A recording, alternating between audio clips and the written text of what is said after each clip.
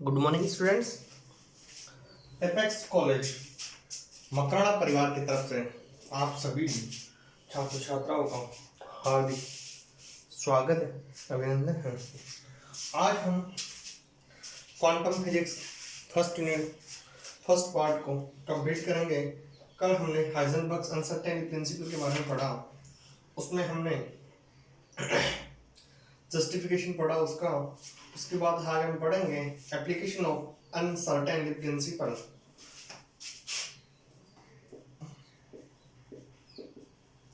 Topic आपका applications of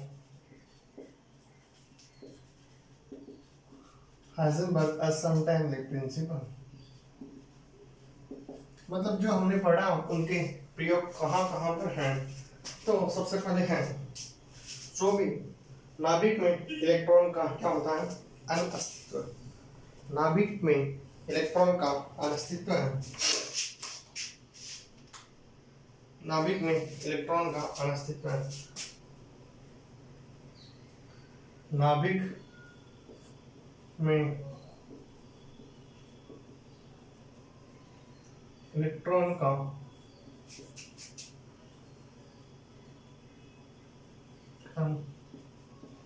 अस्तित्व, क्योंकि हम जानते हैं कि परमाणु की त्रिज्या लगभग कितनी होती है। परमाणु की त्रिज्या लगभग 5 फर्मी की होती है। कितनी? 5 फर्मी रेंज में होती है। यदि इलेक्ट्रॉन में नाभिक का अस्तित्व माना जाए, यदि नाभिक में इलेक्ट्रॉन का अस्तित्व मान लिया जाए, तो उस स्थिति में अनिश्चितता की कोटि क्या होगी। हमें पता है यदि हम नाभिक में इलेक्ट्रॉन की अनिश्चितता मान ले तो उस स्थिति में अनिश्चितता की कोटि क्या होगी, approximate equal two plus minus नाभिक की त्रिज्या, प्लस माइनस नाभिक की त्रिज्या। यदि हम नाभिक में मान लें कि इलेक्ट्रॉन की अनसर्टेनली है, तो उस स्थिति में हमें क्या पता चलेगा, जो नाभिक की त्रिज्या है वही उसकी स्थिति की अनसर्टेनली प्रिंसिपल है। अर्थात del of X equal to क्या निकल के आएगा, जो रेडियस के बराबर आएगा 5 × 10⁻⁻15 मीटर ये। अर्थात चूंकि हाइजेनबर्ग अनसर्टेनली प्रिंसिपल है, वह हमें यह कहता है कि del P dot del X equal to del P dot del X equal to H cross by 2 यही कहता है। हम यदि डेल एक्स की वैल्यू निकालना चाहेंगे, नहीं सॉरी डेल पी की वैल्यू निकालना चाहेंगे तो क्या आएगा, डेल पी इक्वल टू क्या होगा, H by 2 into del X. यदि यह आता है और हम एच क्रॉस की वैल्यू क्या होती है, H cross equal to 1.054 into 10⁻⁻34 upon, हम इसमें वैल्यू पुट करते हैं 1.054 इंटू 2 इंटू डेल एक्स की वैल्यू क्या दे रखी है हमें, 2 × 5 × 10⁻⁻15 मीटर। यदि हम इन दोनों को सोल्व करते हैं तो हमारे पास जो डेल पी की वैल्यू आती है वह आती है 1.054 into 10⁻⁻20 kg metre per second. ठीक है, हमारे पास डेल पी की वैल्यू यह आती है। चूंकि पी की यूनिट मीटर पर सेकेंड होती है, तो इस प्रकार यह जो वैल्यूज आई हमने फाइंड आउट किया। अतः नाभिक का न्यूनतम संवेग p उसकी अनिश्चितता के बराबर होना ही चाहिए।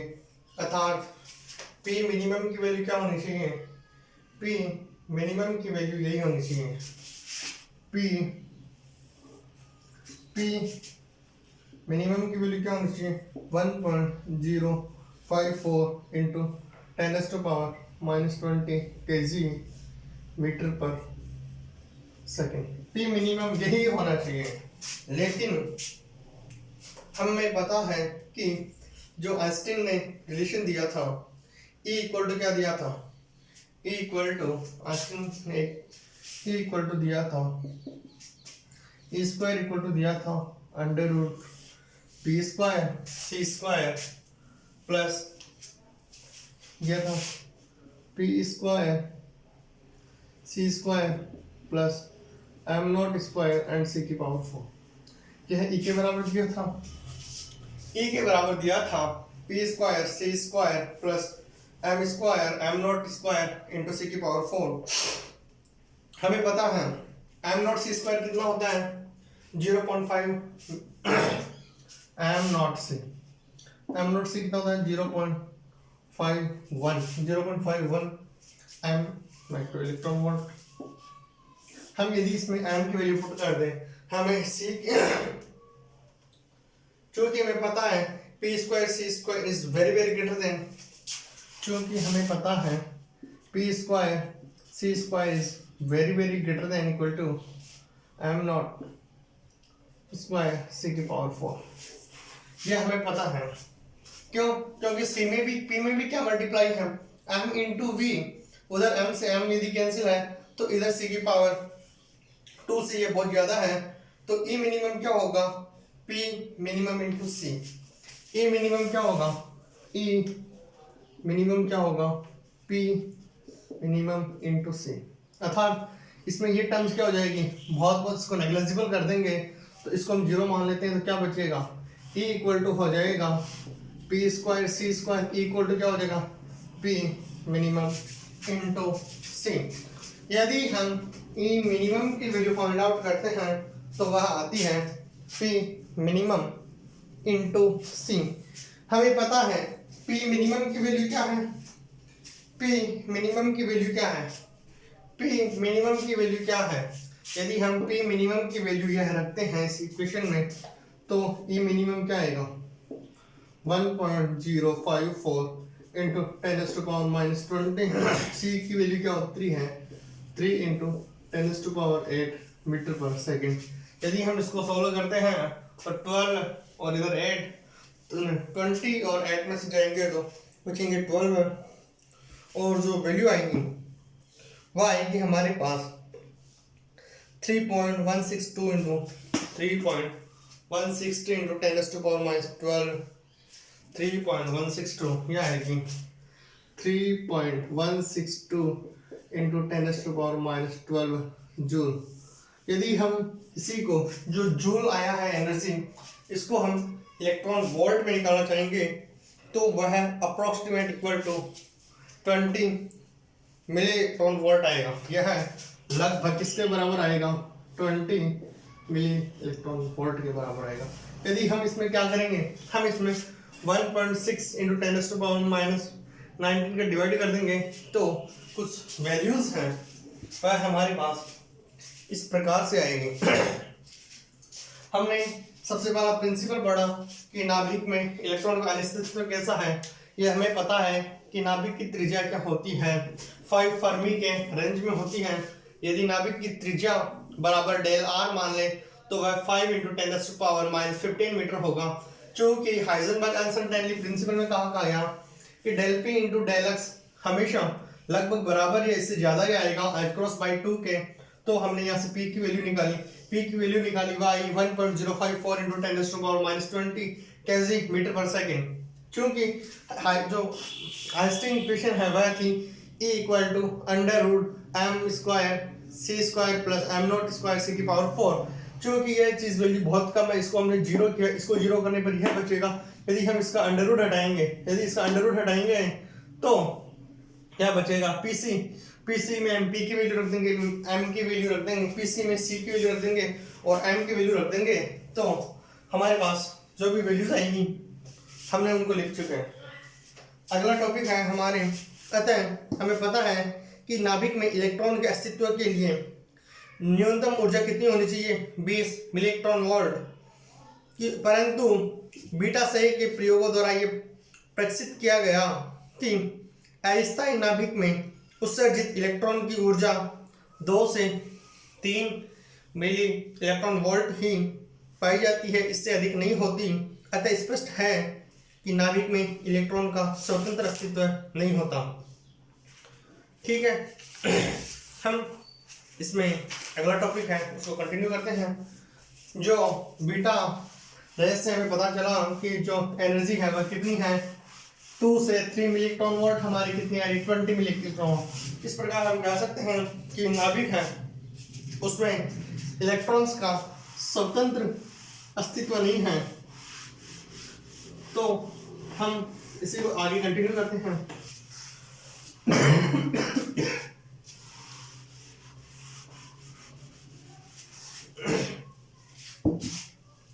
अगला टॉपिक है हमारा, यदि हम इसको लिखना चाहें तो लिख भी सकते हैं कि ई मिनिमम कितनी होनी चाहिए। E minimum is approximate equal to 20। ठीक है, क्योंकि E equal to approximate equal to क्या आ जाएगा, PC, जो हमने निकाला। दूसरा है ground state energy of an hydrogen atom. दूसरा है ground state energy of an hydrogen atom. Ground state energy of an hydrogen atom, हम इसी को कंटिन्यू करते हैं।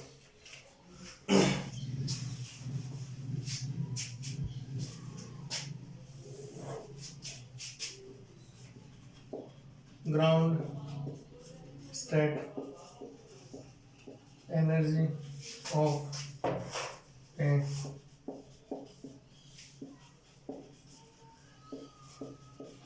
मतलब जो भी हाइड्रोजन एटम है उसकी ग्राउंड स्टेट कैसी होगी, क्योंकि हमें पता है कि हाइड्रोजन के मूल अवस्था में इलेक्ट्रॉन की स्थिति में दूरी r की अनिश्चितता होती है, अर्थात डेल x इक्वल टू क्या लिख सकते हैं, हम लिख सकते हैं del x equal to r।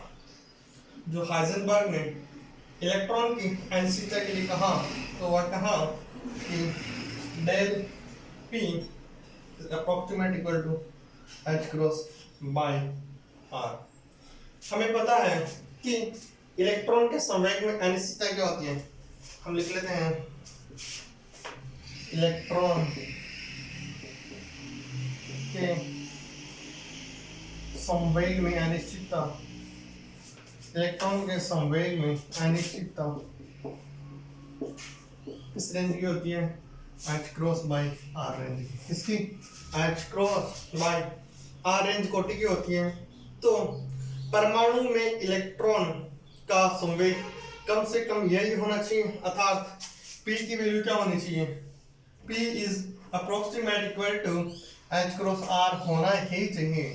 यदि हमें पता है कि इतना होगा तो इलेक्ट्रॉन की काइनेटिक एनर्जी कितनी होगी, काइनेटिक एनर्जी कितनी होगी, इलेक्ट्रॉन की काइनेटिक एनर्जी क्या होती है, p²/2। ये कैसे आया, p इक्वल टू क्या होता है mv, k इक्वल टू क्या होता है हाफ mv², दोनों तरफ m से मल्टीप्लाई किया तो ये हो गया v², तो k इक्वल टू क्या आ गया p²/2m। क्या आया p²/2m। हमें पता है p² को क्या लिख सकते हैं हम, p² को क्या लिख सकते हैं हम h क्रॉस बाय r, तो क्या हो जाएगा h cross square by 2m into small r square.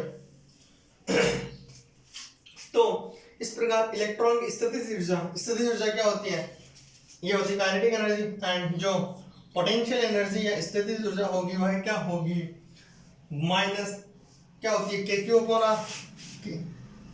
r। Energy क्या होता है इलेक्ट्रॉन में 1kq by k q1 q2 upon r। क्या होता है k q1 q2 upon r।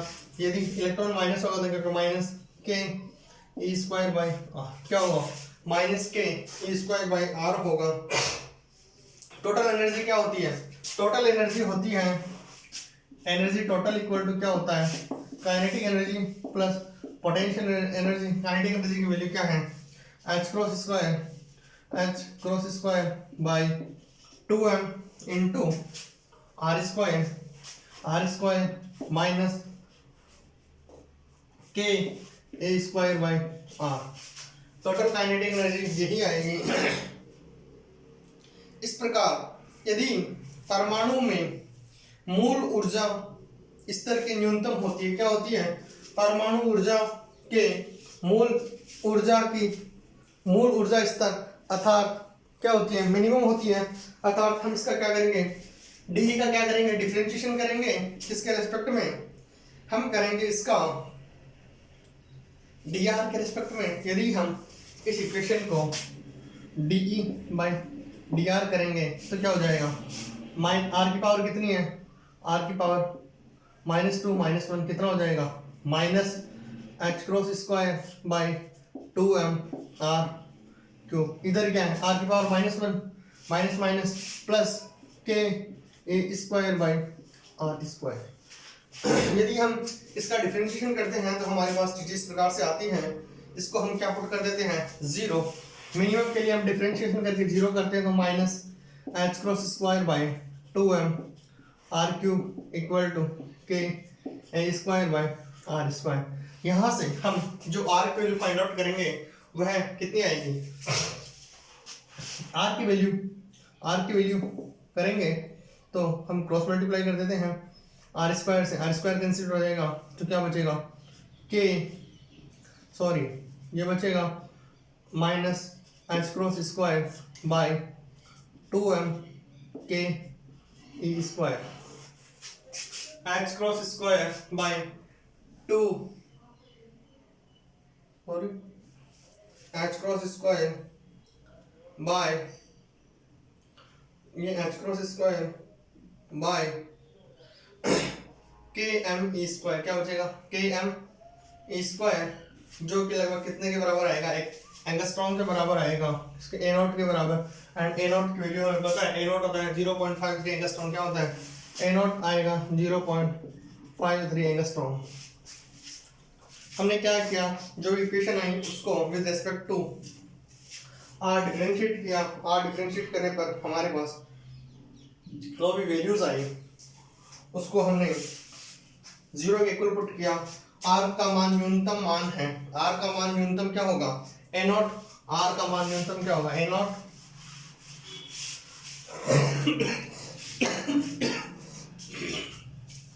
Are का मान न्यूनतम ए नॉट के बराबर होगा, क्योंकि ये मिनिमम की वैल्यू हमने निकाली, क्या है, H cross square by 2m R square minus K E square by A nought, यहाँ पर भी ए कर देंगे, ए नॉट।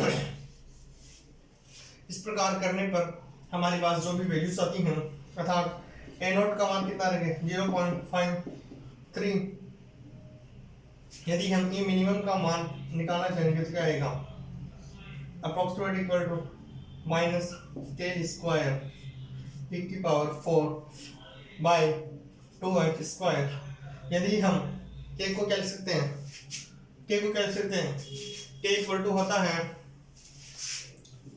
ये के स्क्वायर एम, ई मिनिमम की वैल्यू क्या होगी, यदि हम ई मिनिमम निकालना चाहेंगे तो क्या आएगा, माइनस के स्क्वायर एम ए की पावर 4 बाई 2h स्क्वायर। के इक्वल टू क्या होता है, 1/4 बाई एप्सिलॉन नॉट का स्क्वायर इनटू एम की जगह एम, ए की पावर 4 की जगह 4 अपॉन में 2h cross square.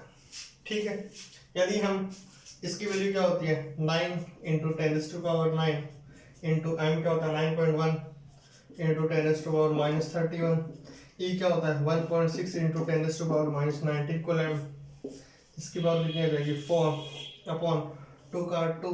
H cross bar की वैल्यू क्या होती है 1.054 × 10⁻⁻34, इसका भी क्या हो जाएगा स्क्वायर। इस प्रकार हम यदि जो वैल्यू निकालना चाहेंगे वह जूल में आएगी 2.774 × 10⁻18 जूल, और मिली इलेक्ट्रॉन वोल्ट में निकालना चाहेंगे तो क्या आएगा -13.6 इलेक्ट्रॉन वोल्ट। यह हम पहले सीधा पढ़ते थे कि ग्राउंड स्टेट पे इलेक्ट्रॉन की एनर्जी -13.6 इलेक्ट्रॉन वोल्ट होती है। हमारा एक इसमें एक छोटा सा टॉपिक, 2 टॉपिक बचे हैं, इसके हम ये यूनिट कंप्लीट होती है और हम पढ़ेंगे कल से, परसों से श्रोडिंगर क्वेश्चन। मैं आप सभी का अपेक्स कॉलेज मकराना परिवार की तरफ से बहुत बहुत आभार ज्ञापित करता हूँ। Again thank you so much.